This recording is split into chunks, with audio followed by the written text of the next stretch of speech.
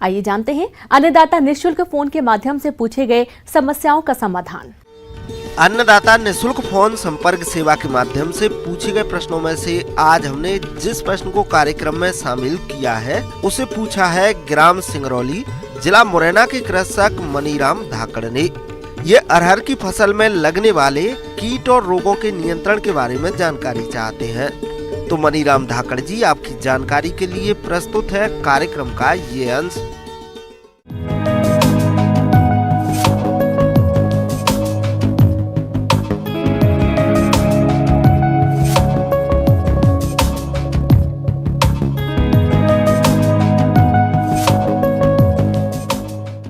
और आज जो है हम अरहर की फसल में कीट बीमारियों पर समसामयिक चर्चा करना चाहेंगे। और अब मुख्य रूप से हम अगर बीमारी की बात करें तो बीमारियों में मुख्य रूप से जो है दलहनी फसलों में और अरहर में भी जो है उकटा सबसे प्रमुख भूमि जनित या फ्यूजेरियम विल्ट के कारण होने वाला यह बीमारी है। यह खेत में जब नमी बहुत ज़्यादा होती है या हम बीजों का उपचारित करके नहीं लगाते हैं, उसके कारण जो है उकटा बीमारी देखने को मिलती है। उकटा को आप सामान्यतः बीज जब अंकुरण होता है उसके तीसरे हफ्ते से लेकर फसल पकने तक की अवस्था तक जो है यह आपको खेतों में देखने को मिलेगा। इसमें जो है पत्तियां आपकी जो है पीली पड़ के झुक जाती हैं, उसके बाद जो है अधिकता होने पर काले पड़कर जो है मुरझा जाते हैं। आप अगर जड़ से उखाड़ेंगे तो आप देखेंगे इसके जड़ को अगर आप तने को बीच से चीरते हैं तो उसमें काले भूरे रंग की जो धारियाँ आपको देखने को मिलेंगी। और सितंबर से जनवरी महीने के बीच में यह रोग देखा जा सकता है, जिसकी वजह से पौधे बड़ी तेजी से सूखने लगते हैं और देखते ही देखते यह रोग पूरे खेत में फैल जाता है।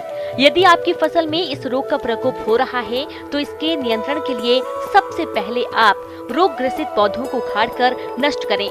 इस बीमारी से बचने के लिए रोग रोधी जातियां जैसे JKM 189, C11, JKM 7, BSMR 853, आशा आदि का चयन करें।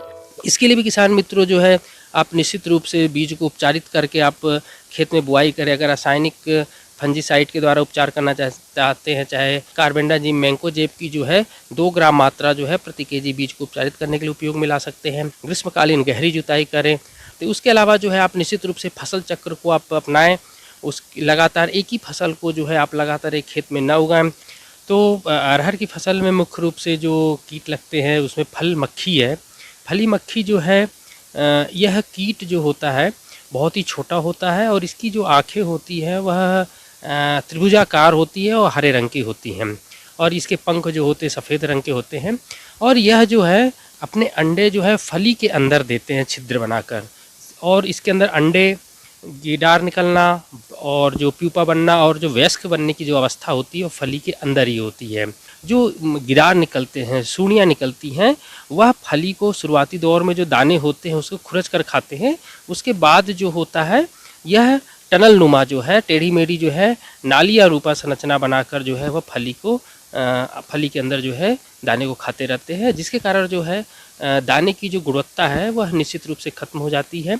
अगर इसका समय पर नियंत्रण ना किया जाए तो निश्चित रूप से इससे जो है आपका 60 से 70% तक जो है उत्पादकता जो है घट जाती है अरहर की फसल में। अब हम इन कीटों का नियंत्रण किस प्रकार करें इस पर हम चर्चा करना चाहेंगे।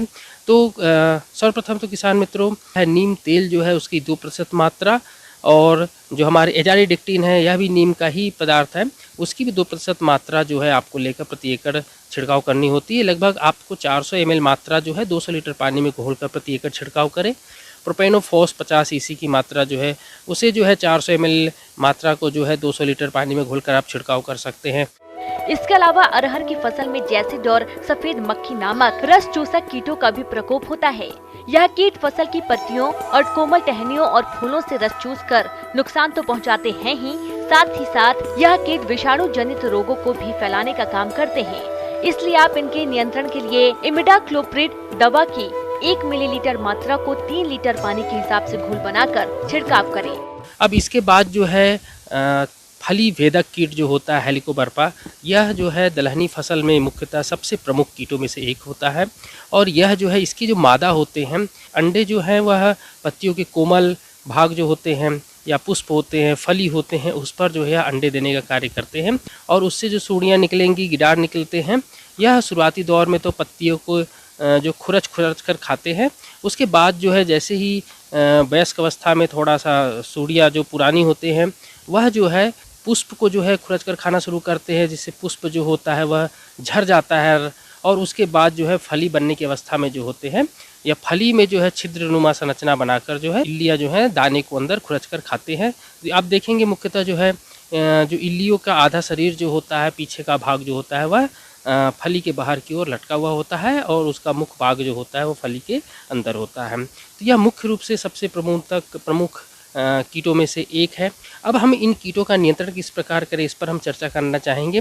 तो सर्वप्रथम तो किसान मित्रों, आप लोग जो है ग्रीष्मकालीन गहरी जुताई निश्चित रूप से करें, जिससे जो कीट के जो अंडे होते हैं या प्यूपा होता है वह गर्मी के दिनों में वह नष्ट हो जाता है।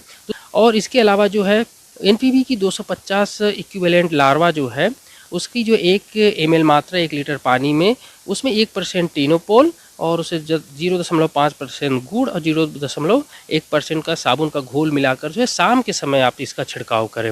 अगर रासायनिक विधि के द्वारा जो है कीटनाशकों का आप छिड़काव करना चाहते हैं तो रासायनिक कीटनाशकों में मुख्य रूप से जैसे इंडॉक्स कार्ब की 350 ml मात्रा जो है वो 500 लीटर पानी में घोलकर प्रति 2.5 एकड़ पर आप छिड़काव कर सकते हैं। तो किसान मित्रों, मेरे द्वारा बताई गई निम्न जानकारियों को आप अपनाकर निश्चित रूप से अरहर की फसल में जो है आप अधिक से अधिक उत्पादकता प्राप्त कर सकते हैं।